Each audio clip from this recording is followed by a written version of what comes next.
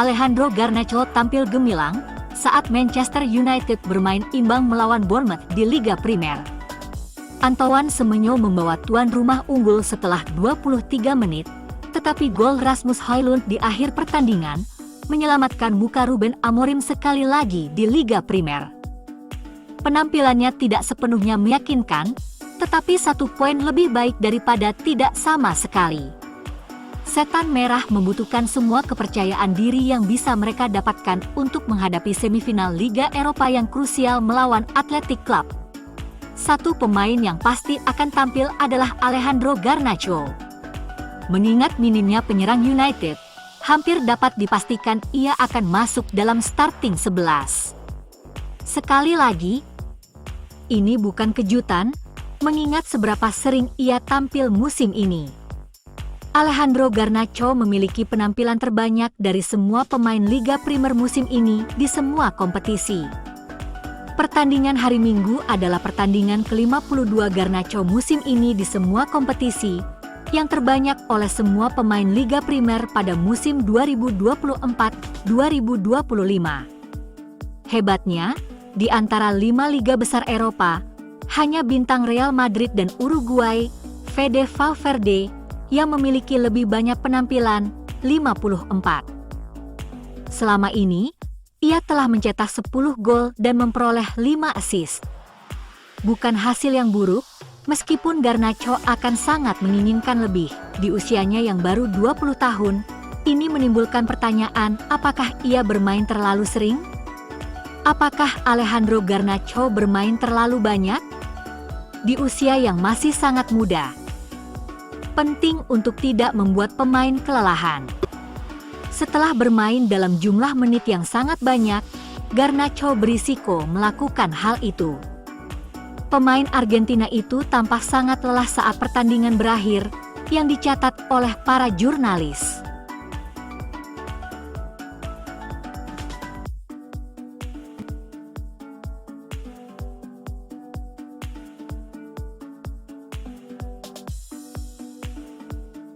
Setelah menunjuk tim yang kuat melawan Bournemouth, Ruben Amorim berencana untuk memainkan tim yang sangat dirotasi di Brentford pada hari Minggu.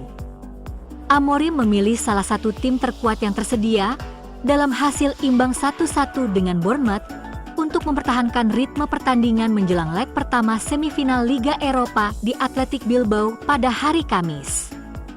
Namun, Amorim kemungkinan akan mengistirahatkan sebagian besar pemain inti United untuk leg kedua Kamis depan saat mereka bertandang ke Brentford pada hari Minggu. United memulai pertandingan di Spanyol pada pukul 9 malam waktu setempat pada hari Kamis dan pertandingan Brentford dijadwalkan akan dimulai 65 jam kemudian. Skuad tersebut dapat bermalam di Bilbao, seperti yang telah mereka lakukan setelah pertandingan tandang Eropa lainnya. United berharap dapat menyambut kembali Amad dan Matthijs de Ligt minggu ini dan memanfaatkan pertandingan melawan Brentford sebagai kesempatan untuk memberi mereka waktu bermain. Amad telah absen selama hampir 3 bulan karena cedera pergelangan kaki, dan de Ligt telah absen dalam 7 pertandingan terakhir karena cedera kaki.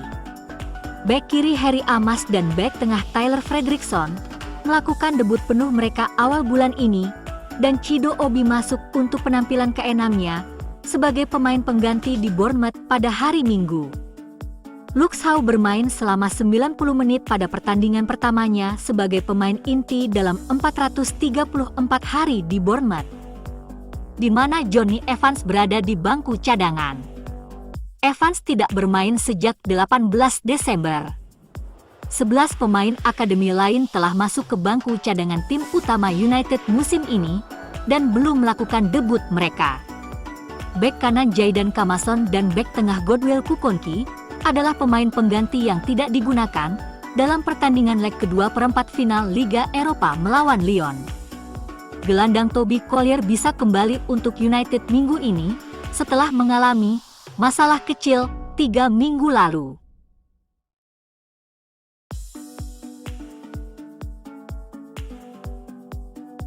Danie Gore dari Manchester United diminati oleh Blackburn Rovers musim panas ini. pemain berusia 20 tahun itu mengalami nasib buruk cedera dalam 2 musim terakhir saat dipinjamkan ke Port Vale dan Rotherham United. Meskipun memberikan assist pada debutnya untuk The Millers pada awal Februari, ia mengalami cedera kaki dan harus kembali ke United. Pemain muda itu akhirnya tampil untuk kedua kalinya kemarin dalam hasil imbang 1-1 dengan Stevenage. Dilaporkan bahwa United telah kehabisan kesabaran dengan bintang akademi itu dan akan terbuka untuk menjualnya musim panas ini. Blackburn Rovers tampaknya siap untuk memanfaatkan perubahan pandangan United terhadap gelandang muda itu. Meskipun demikian, itu tidak akan mudah bagi klub Championship itu, karena mereka menyatakan bahwa Rovers termasuk di antara sejumlah klub yang ingin merekrut Gore dengan status pinjaman musim panas ini. Namun, yang bisa menguntungkan mereka adalah sikap United terhadapnya. Dilaporkan bahwa United kini terbuka untuk membiarkan pemain berusia 20 tahun itu pergi dengan status pinjaman atau transfer permanen. Kepindahan itu tentu akan menjadi peluang besar bagi Gore yang hanya memainkan 2 pertandingan senior sepanjang musim. Terlebih lagi, dengan bakat-bakat lini tengah seperti Sekou Kone, Jack Moorhouse, serta Jack dan Tyler Fletcher yang semuanya ada di akademi, sulit untuk melihat jalan bagi Gore untuk masuk ke tim utama. Terutama dengan semua pertandingan yang telah ia lewatkan dalam 2 tahun terakhir.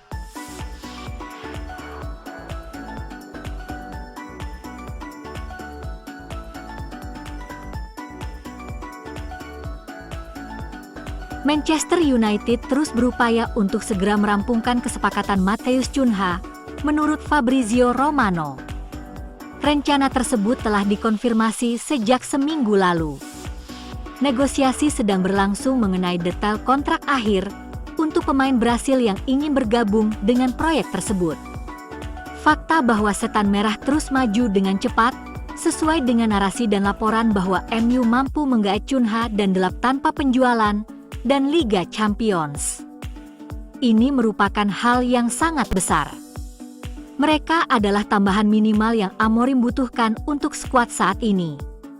Kemudian, MU akan mengganti pemain yang keluar dengan pemain yang lebih muda, seperti Brandwaita dan Wharton. Dan tentu saja, ada peluang pasar mewah seperti Mastatuono yang harus dan akan terus didorong oleh klub. Selain ketiga opsi tersebut, ada dugaan MU bisa mendapatkan penyerang ketiga dengan opsi bebas transfer. RMC Sport melaporkan West Ham, Newcastle United, Manchester United, Tottenham, Chelsea, Liverpool dan Marseille semuanya tertarik untuk mengontrak Jonathan David. Andai United bisa memaksakan mendapat keempatnya, maka ini merupakan transfer tersukses Ineos.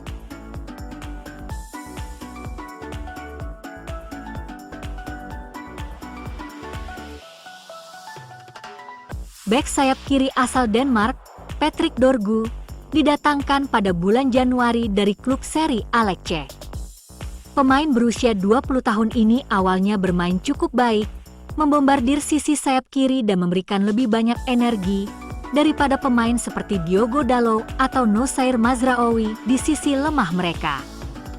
Ia tampil menonjol dalam kemenangan United 4-1 atas Real Sociedad di Liga Eropa, memenangkan penalti dan juga menggunakan kecepatannya untuk membuat seorang pemain dikeluarkan dari lapangan pada babak kedua.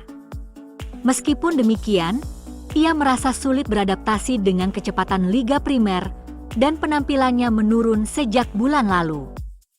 Hasil imbang 1-1 kemarin dengan AFC Bournemouth adalah contoh bagus lainnya dari perjuangan Dorgu baru-baru ini. Ia kalah dalam banyak duel dan kehilangan bola saat Antoine Semenyo membuka gol di bawah tekanan. Meskipun ia bergerak maju dan mundur dengan baik di lapangan, ia sering menyanyiakan peluang di posisi menyerang yang menjadi ciri khasnya selama di Old Trafford hingga saat ini.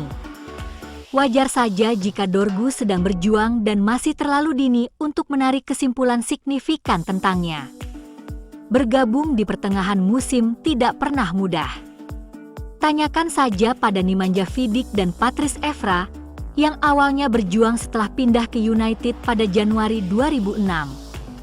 Selain itu, intensitas Serie A jauh lebih rendah daripada Liga Primer dan biasanya butuh waktu bagi pemain untuk beradaptasi. Terlebih lagi, ia baru berusia 20 tahun yang masih muda untuk seorang bek. Dia masih memiliki banyak tahun lagi untuk meningkatkan pengambilan keputusannya di sepertiga akhir dan bertahan.